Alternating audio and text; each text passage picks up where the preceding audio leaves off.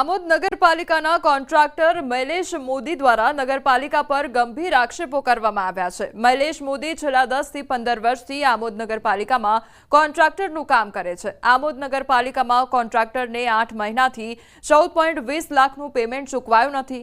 છેલ્લા 8 મહિનાથી કરેલા વિકાસના કામોના કુલ 14,20,000ના બિલ બાકી હોવા છતાં ચૂકવણી ન થતા કોન્ટ્રાક્ટર રોષે ભરાયા છે।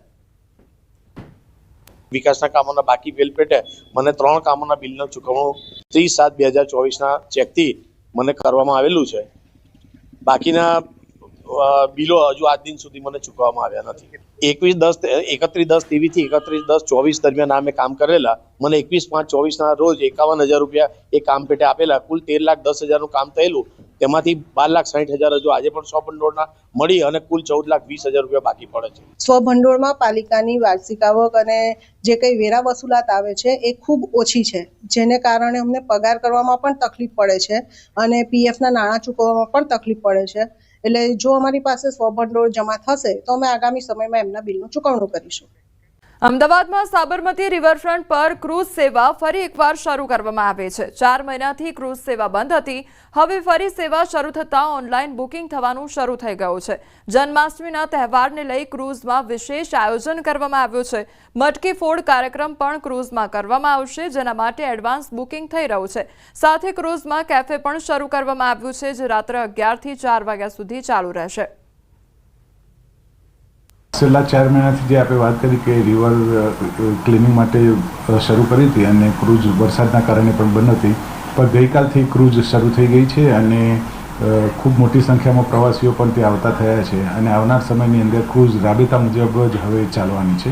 બુકિંગ શરૂ થઈ ગયું છે અને ખૂબ મોટી સંખ્યામાં લોકો રાતે આવતા પણ થયા છે। સાથે સાથે જે સિંધુ ભવનમાં કે જે એક મોડર્ન વર્ક જે છે, યુથ જે છે, એમને આકર્ષવા માટે રાતનો કેફે પણ અત્યારે રિવર ક્રૂઝ ઉપર ચાલુ થઈ ગયેલું છે। અમદાવાદ સાબરમતી રિવરફ્રન્ટ ખાતે ક્રૂઝનો નજારો છે તે હવે સહેલાણીઓ માણી શકશે, કારણ કે ફરી એક વખત ક્રૂઝને શરૂ કરી દેવામાં આવ્યું છે। છેલ્લા 4 મહિનાથી બંધ હાલતમાં હતું, ધૂળ ખાઈ રહ્યું હતું, કારણ કે સાબરમતી જે નદી છે તેનું પાણીનું લેવલ છે ખૂબ જ નીચું રાખવામાં આવ્યું હતું, કારણ કે જ્યારે પણ વરસાદ આવતો હોય છે અને વરસાદ આવે તેવા સંજોગોમાં જો નદીમાં પાણી ભરેલું હોય તો શહેરના અનેક વિસ્તારમાં પાણી ભરાય છે, તેનો જલ્દી નિકાલ નથી થતો। તેના માટે જ પાણીનું લેવલ છે સાબરમતીમાં ઘટાડી દેવામાં આવે છે ચોમાસા દરમિયાન, અને ત્યારબાદ ફરી એક વખત સાબરમતી નદીમાં તંત્ર દ્વારા જે પાણી છોડવામાં આવ્યું છે એ સાબરમતી નદી છે બંને કાંઠે વહેતી થઈ રહી છે અને તેના કારણે ફરી એક વખત ક્રૂઝ છે તે શરૂ કરી દેવામાં આવ્યું છે અને હવે સહેલાણીઓ ક્રૂઝમાં બેસી અને રિવરફ્રન્ટનો નજારો માણી શકશે। કેમેરામેન પંકજ મકવાણા સાથે વિભુ પટેલ, ન્યૂઝ 18 ગુજરાતી, અમદાવાદ।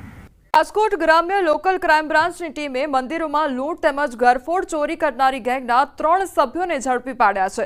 ક્રાઇમ બ્રાન્ચની ટીમને બાતમી મળી હતી, જેના આધારે લોકલ ક્રાઇમ બ્રાન્ચની ટીમ દ્વારા લૂંટ ચલાવનારી ગેંગના 3 સભ્યોને ઝડપી લીધા છે। પોલીસની પૂછપરછમાં આરોપીઓ દ્વારા જાણવામાં આવ્યું છે કે તેઓ હાઈવે ઉપર આવેલા તેમજ હાઈવેથી નજીક હોય તેવા મંદિરોને ટાર્ગેટ કરતા હતા, તેમજ જે મંદિરમાં લોકોની અવરજવર ઓછી હોય તેવા જ મંદિરમાં લૂંટનો પ્લાન ઘડવામાં આવતો હતો। તો સાથે જે મંદિરોમાં મહંત કે સાધ્વી એકલા રહેતા હોય તેવા મંદિરોને લૂંટ માટે પસંદ કરવામાં આવતા હતા। આ લોકો પહેલા રેકી કરતા હતા, જે મંદિરો હાઈવેની નજીક આવેલ છે ત્યાં જ આ લોકો લૂંટને અંજામ આપતા હતા। પહેલાં રેકી કરી લે અને પછી એવા મંદિરોને ટાર્ગેટ કરે જ્યાં વધારે લોકોની અવરજવર નહીં હોય અને મહંત કે સાધ્વી લગભગ એકલા રહેતા હોય। તો આ રીતે આ ટોળકી જે છે આ ઘટનાઓને અંજામ આપતી હતી। આમાં ટોટલ મુદ્દામાલ જે છે એમાં 4,49,000ના મુદ્દામાલ કબજે કર્યા છે। આમાં દાગીના છે, રોકડા છે, મોબાઈલ છે અને જે ગાડીઓ 2 બાઇક અને એક જે કાર આ લોકોએ વાપરી હતી એ કબજે। તો બિન અનામત આયોગમાં ચેરમેન સહિતના હોદ્દા ખાલી છે। ચેરમેન, વાઇસ ચેરમેન સહિત સમગ્ર બોર્ડમાં નિમણૂકો બાકી છે, ત્યારે તાત્કાલિક નિમણૂકો કરવા રાજપૂત સમાજ અને પાટીદાર સમાજ માંગણી કરી રહ્યા છે। પાટીદાર અને રાજપૂત સમાજના આગેવાનો ગાંધીનગર જઈ પ્રવક્તા મંત્રી અને ઉદ્યોગ મંત્રી સહિતના નેતાઓને મળીને આ બાબતે રજૂઆત કરશે। તો આ તરફ રાજપૂત એકતા મંચની માંગણીને પાટીદાર સમાજે ટેકો આપ્યો છે। સરકાર તાત્કાલિક બિન અનામત આયોગની જગ્યા ભરે તેવી રજૂઆત કરીશું તેમ જણાવ્યું છે। 25/8 પહેલાં ગુજરાત સરકાર બિન અનામત વર્ગના બોર્ડ અને નિગમમાં ચેરમેન અને વાઇસ ચેરમેન સાથે બોર્ડની નિમણૂક કરે અને અત્યારે હાલમાં જે એમડી છે એમને કાયમી હોદ્દો આપવાની વાત કરી રહ્યા છીએ, ત્યારે સરકાર આ બાબતમાં યોગ્ય પગલાં લે, કારણ કે અમારા ખૂબ જ વિદ્યાર્થીઓ હેરાન થઈ રહ્યા છે. લોકોને લોન અને એનઓસી માટે પણ લાઈનોમાં ઊભું રહેવું પડે છે. તો આ બાબતે સરકાર ઘટતું કરે એવી અમે વિનંતી કરવા માટે રજૂઆત સાથે આજે આવ્યા છીએ. આજે રાજપૂત સમાજ દ્વારા બિન અનામત આયોગમાં જે ચેરમેનની જગ્યા ખાલી છે, વાઇસ ચેરમેનની જગ્યા ખાલી છે, ડિરેક્ટરોની જગ્યા ખાલી છે, એ બાબતે રજૂઆત કરવા અમે આવ્યા છીએ અને આ રજૂઆત બાબતે વહેલી તકે એમાં નિમણૂક થાય અને બિન અનામત આયોગમાં આવતા વિદ્યાર્થીઓની, લાભાર્થીઓની જે કંઈ અરજીઓ પેન્ડિંગ છે એનો વહેલીસર નિકાલ થાય એ માટે અમે રજૂઆત કરવા આવ્યા છીએ. આસપાસના ગામોમાં પ્લાસ્ટિક રિસાયકલ ઉદ્યોગની હાલત કફોડી બની ગઈ છે. 600 જેટલા કારખાનાઓમાંથી 50% બંધ થઈ ગયા છે અને હજારો લોકો બેકાર બન્યા છે. રો મટીરિયલના ભાવમાં ઉછાળાને કારણે ઉદ્યોગ આખરે મૃતપ્રાય બન્યો છે અને આજે 100 કરતાં વધુ કારખાનાઓએ તાળા મારી દીધા છે. ધોરાજી, જે વર્ષોથી પ્લાસ્ટિક વેસ્ટ રિસાયકલ કરવાનું કેન્દ્ર રહ્યો છે, તેને હવે મંદીનું ગ્રહણ લાગ્યું છે અને ત્યારે ઉદ્યોગ બચાવવા માટે સરકાર પાસેથી સબસિડી, ટેક્સ રાહત જેવી સહાયની માંગ ઉઠી રહી છે. ઉપર લગભગ 400-500 કારખાના આવેલા છે, તેમાંથી લગભગ 30-40% જેવું કારખાના અત્યારે યુનિટ બંધ પડેલા છે અને જે ચાલુ છે પણ એ રાબેતા મુજબ નથી. બહુ મંદીનો માહોલ છે અત્યારે અને જેવું જે ધંધા હોવા જોઈએ, આ પ્લાસ્ટિક અત્યારે બધા રિસાયકલ પ્રોસેસ બધા એટલા યુનિટ ચાલવા જોઈએ, ચાલતા નથી અત્યારે. આ ધંધા બંધ થવાના કારણે મોટા ભાગના મજૂરો અને ધોરાજીમાં રહેતા લોકો પ્લાસ્ટિક ઉદ્યોગ સાથે સંકળાયેલા છે, ત્યારે ધોરાજી સાવ પડી ભાંગ્યું છે અને મોટા ભાગના મજૂરો બેકાર થઈને રખડી રહ્યા છે. યુવાનોને પણ નોકરીઓ મળતી નથી અને આ મંદીના કારણે ધોરાજી ખૂબ મુશ્કેલ હાલતમાં ધંધા રોજગારી ક્ષેત્રે ભોગવી રહ્યું છે, કારણ કે મુખ્ય જ ધંધો ધોરાજીનો જો પ્લાસ્ટિક ઉદ્યોગ છે ને એ જ પડી ભાંગે તો ધોરાજીના લોકો અહીંથી હિજરત કરે એવી પરિસ્થિતિ સર્જાણી છે. 25 થી 30%, બીજી 25 થી 30% 24 કલાકને બદલે 12 કલાક જ ચાલે છે. એટલે અમારે અત્યારે મંદીનું માહોલ છે અને અમને ખૂબ જ ચિંતા થઈ રહી છે કે આવનારા સમયની અંદર અમારા ઉદ્યોગનું શું થશે. અને બીજું, જે બહારથી મજૂરો આવે છે તેને અમે રોજગારી અત્યારે મંદીને કારણે રેગ્યુલર આપી નથી શકતા, એટલે બહારના મજૂરો અમારે ત્યાં રહેતા નથી, એટલે મજૂરોની પણ તકલીફ છે. તકલીફ થવાનું કારણ મંદી જ છે. તો સરકાર પાસે એક અપેક્ષા રાખીએ છીએ કે આ પ્લાસ્ટિક રિસાયકલિંગ ઇન્ડસ્ટ્રી છે, ખરેખર આ ગવર્મેન્ટનું સ્વચ્છ ભારત મિશનની અંદર આ ઇન્ડસ્ટ્રીઝનો સમાવેશ કરવો જોઈએ અને બને એટલી આ ઇન્ડસ્ટ્રીઝને સહાય આપવી જોઈએ. રાજકોટના ધોરાજીના અંદરમાં જે રિસાયકલમાંથી વેસ્ટમાંથી બેસ્ટ બનાવતા 450 કારખાના પ્લાસ્ટિકના, તે અત્યારે 30 થી 40% કારખાનાઓ બંધ છે. જેવી રીતે મંદીનો માહોલ હોય, એક સમયના અંદરમાં જે પ્લાસ્ટિકના કારખાના ધોરાજીના અંદરમાં ધમધમતા હતા, અત્યારની પરિસ્થિતિ એવી છે કે મંદીના માહોલમાં આપણે પહેલા સીધા દ્રશ્યો બતાવી શકો છો કે 450 કારખાના, તેમાંથી 30 થી 40% અત્યારે કારખાના બંધ છે. તેને લઈને જે મંદીનો માહોલ છે, જે મજૂરો તે બહારથી બોલાવવામાં આવે છે, બિહાર છે, યુપી છે, ત્યાંના મજૂરો આવતા હોય છે, પોતાની રોજીરોટી માટે આવતા હોય છે, પણ અત્યારે જે મજૂરો છે તેને છૂટા કરવાની નોબત આવે છે. જે મંદીનો માહોલ છે તેને લઈને અત્યારે સરકાર પાસે જે કારખાના માલિકો છે તે આજીજી કરી રહ્યા છે કે સરકાર દ્વારા કોઈ યોજના કરવામાં આવે કે અત્યારે જે કારખાના, પહેલે જે કારખાના ધમધમતા હતા તે ધમધમતા શરૂ થાય, તેવી અત્યારે માંગ કરી રહ્યા છે. મુનાફ બગાડી, ન્યૂઝ ગુજરાતી, ધોરાજી. જંબુસરમાં પાત્રતા વગર સસ્તા અનાજ મેળવનારા સામે કાર્યવાહી તેજ કરવામાં આવી છે. પૈસાદાર રેશન કાર્ડ ધારકો સામે મામલતદાર દ્વારા કડક કાર્યવાહી શરૂ કરાઈ છે.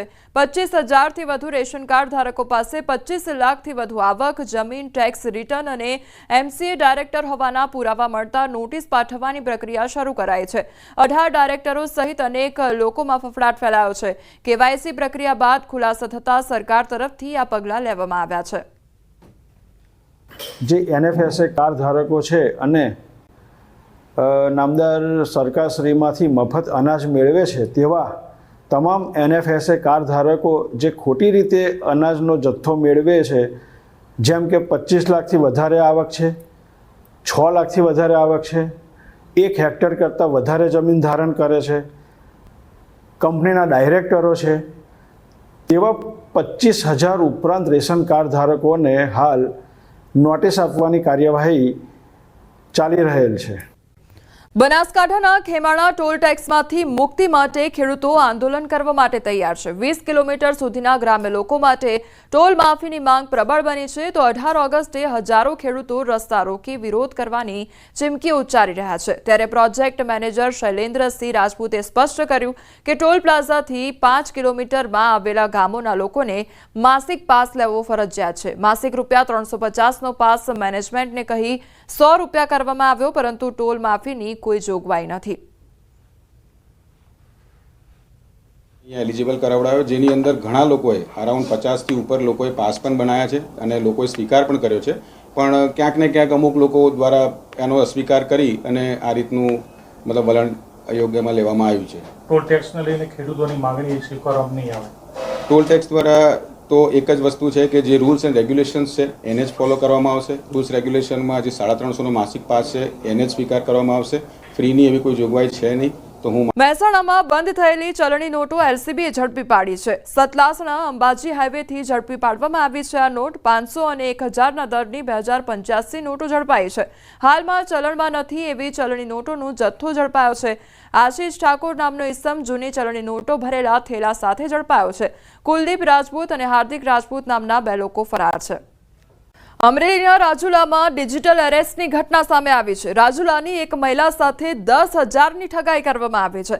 પહેલગામથી રણજીત ઇન્સ્પેક્ટરના નામે અજાણ્યા શખ્સોએ કોલ કર્યો। ઓપરેશન મહાદેવ ચાલે છે, જે ટેરરિસ્ટમાં તમારો નંબર મળ્યો છે તેવું કહી રૂપિયા પડાવ્યા। તમારો આતંકી સાથે કોઈ સંબંધ છે તેમ કહી મહિલાને ડરાવ્યા હતા। તમારે નોન ઇન્વેસ્ટમેન્ટ સર્ટી એટીએસમાંથી કઢાવવું પડશે, તો વિડીયો કોલ પર સ્ટેટમેન્ટ આપવા કોલ કર્યો। મહિલા પાસેથી 10,000 ઓનલાઈન ટ્રાન્સફર કરાવ્યા। મહિલાના ભાઈએ રાજુલા પોલીસ સ્ટેશનમાં ફરિયાદ નોંધાવી। આંગણવાડી બહેનોને ન્યૂડ વિડીયો કોલથી હેરાન કરવામાં આવતા અને જેની પોલીસ તપાસમાં આરોપી પંજાબના હિરોજપુરનો હોવાનું સામે આવ્યું છે।